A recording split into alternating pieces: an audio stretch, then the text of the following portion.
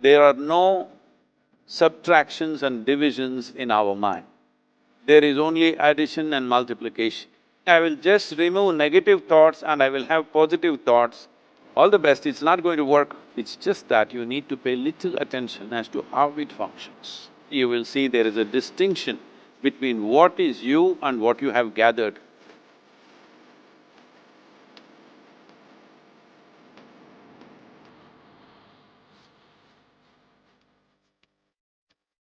Well, called as negative thought and positive experiment for 10-15 seconds. Let them forcefully remove one thought from their mind. For example, next 10 seconds, just don't think of a monkey. Try not to think of a monkey for next 10 seconds. You will see you will be full of monkeys. So what I'm saying is, this is the nature of your mind, because in this mind, all the three pedals are throttle. There is no brake, there is no clutch. Whatever you touch, it will only go faster. In this kind of mind, people have been taught from moral teachers and religious teachers, do not think about bad things. Well, since then it's been a full-time job. So there is no way you can handle the mind like this. This doesn't need any great enlightenment. If you spend 2 minutes with your eyes closed, you will realize you cannot do anything forcefully with this mind. So, I want to remove negative thoughts. Do not ever go in this direction, because what you want to remove will become your quality. Always you will be on it. So what should I do? The thing is this, without understanding the fundamental mechanism of this mind, because our mind, human mind, is the most sophisticated computer on the planet. Even all the supercomputers have come out of this.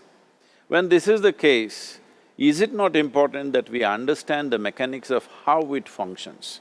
One simplistic aspect of how it functions is, there are no subtractions and divisions in our mind.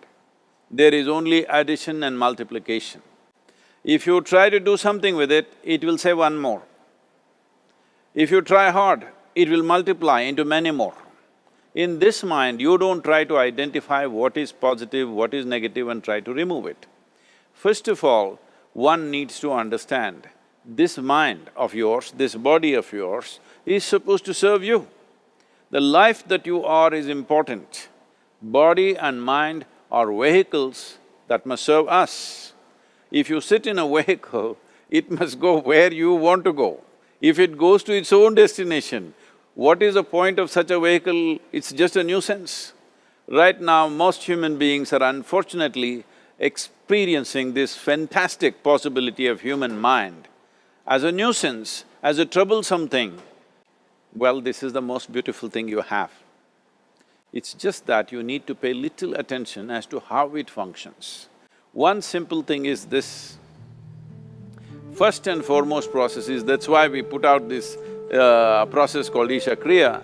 This is to distance yourself from your physiological and psychological process. There is something called as you which exists. This is not a composite of all your thoughts and emotions and physiological processes. Beyond that, there is you. If you close your eyes, even if you cannot see anything, you're still there. It is through the window of your eyes that you're looking out, but if you close your eyes, it doesn't mean that you don't exist, you still exist. So beyond your thought, you still exist, beyond your emotion, you still exist. So that you, the life that you are, this has to come into your experience. Why is it that you're not allowing that to come into your experience, which is the most significant aspect of who you are?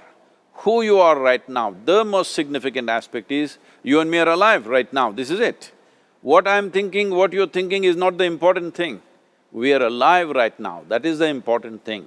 So, it is important that you focus on this fundamental sense of aliveness within you, and then you will see there is a natural distance between you and your thought process.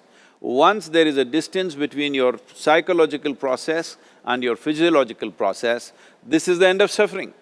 Because there are only two kinds of suffering that human beings go through, physical suffering and mental suffering. Once you create a little space between you and your mind, between you and your body, this is the end of suffering.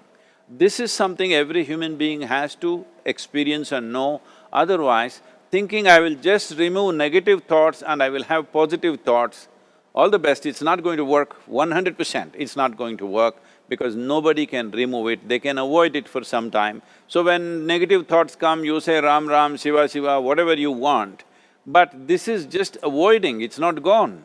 The moment you stop that, it will pop back with great force, otherwise it'll come back in your dreams. So it's very important, first of all you need to understand your anger, your resentment, your fear, your anxieties, the negativity that you generate.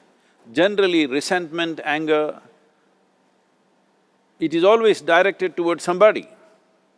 But we need to understand this is poisons that we are drinking and expecting somebody else to die. Fortunately, life doesn't work like that. If I drink poison, I die. If I drink poison, you don't die. So, we need to understand this. When I say poison, today you can have yourself chemically analyzed. Right now, what is your blood work, what it says? 5 minutes of intense anger, check your blood work and see, there will be lots of negative elements in it, literally you're poisoning yourself. So, do you want to poison yourself? Definitely not. Now the very question is coming from certain helplessness, what shall I do? Don't do anything, just sit back and just concern yourself with something which is a life process. Maybe your heartbeat, maybe your breath, maybe just the sensation of being alive. Depending upon how sensitive or how perceptive you are, accordingly, find something. It could be a sensation in the body, it could be breath, it could be heartbeat, it could be anything, something which indicates life to you. Just pay attention to that for some time. Slowly you will see there is a distinction between what is you and what you have gathered, which includes both your physiological and psychological possibility or mess, whatever you made out of it.